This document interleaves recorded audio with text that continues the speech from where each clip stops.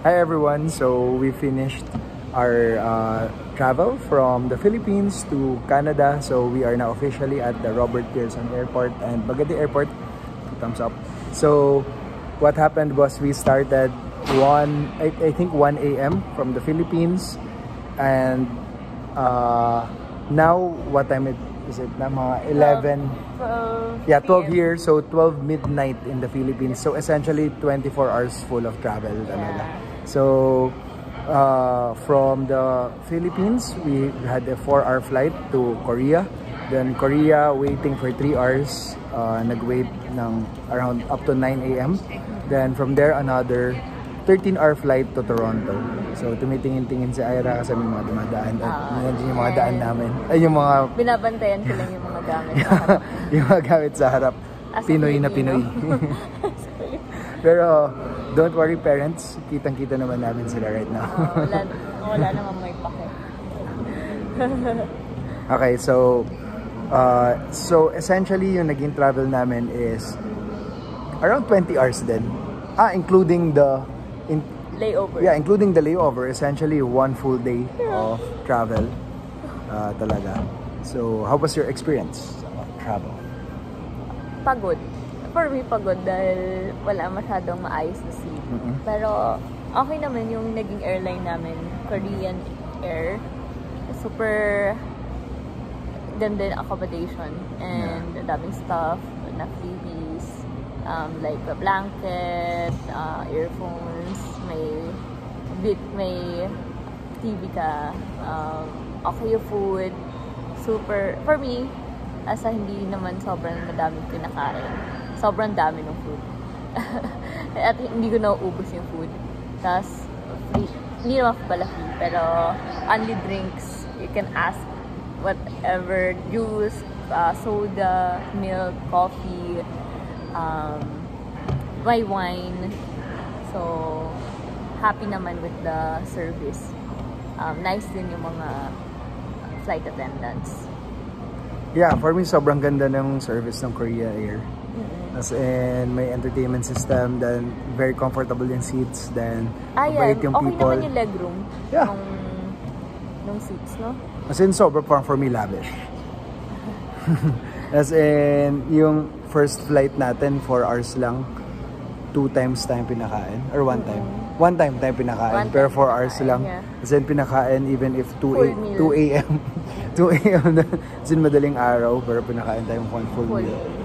Then for this 13-hour flight, 3 meals. 1 full meal. The first is a full meal.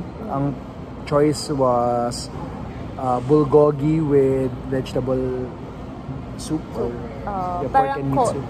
Tsaka cold noodles. Yeah, cold noodles. So, laging may 2 options every time. Yung first 3 options. Talaga? Yeah, 3 options at first. Hindi ko alam. So, yung second parang may shrimp. Then yung third parang ano yun, yung Chinese? Mapo tofu. Hindi ko so, alam. 3 options yung third. Medyo yung first. ang bilis magsalita ng flight attendant. Mabilis. So, sabi ko lang, option 1. Anong ako parang can I check it? Ganun. Talaga? Nakita niya? Ida-drag naman yung ganun. Okay. Sayang. Mas nape-pressure si Ira sa mga ganyan situations. So mag-request. Pero ma-request naman ako ng coffee and milk. So, I love the only coffee and milk. Oo nga, si Ira daw naka 3 to 4 requests ng coffee and milk. So, at least nabawi na yun, Ray.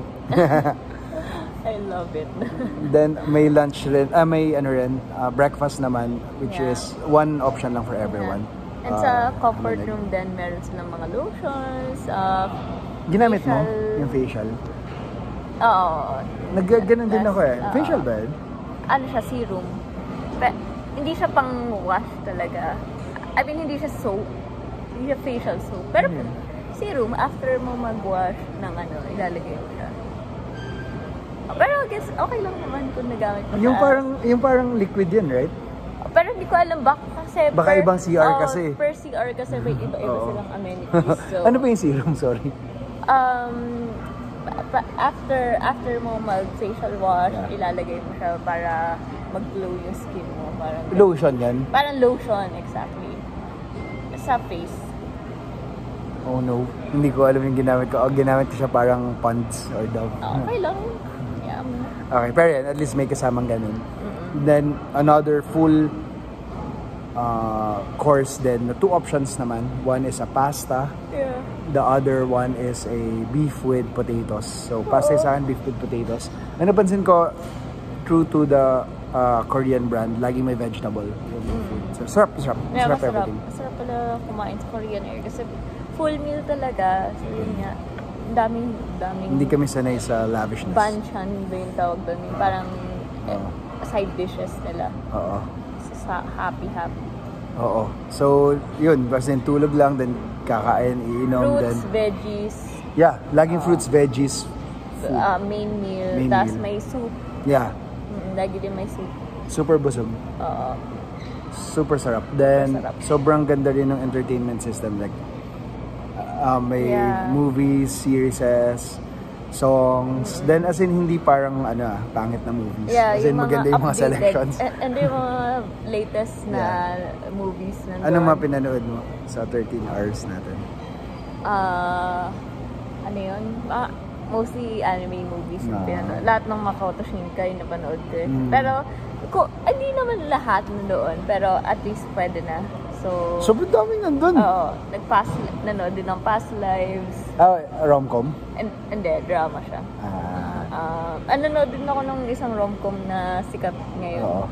Basta kung ano, natapos mo yung Suzumi. Hindi. Ang ginawa ko is first Oppenheimer, sobrang ganda. As in, Nakatulugan ko yung Oppenheimer eh. So, as in, sobrang ganda. Hindi ko natapos. Sobrang ganda. Sobrang ganda. I am death. I am death. I am become death pala. I become death. I have become?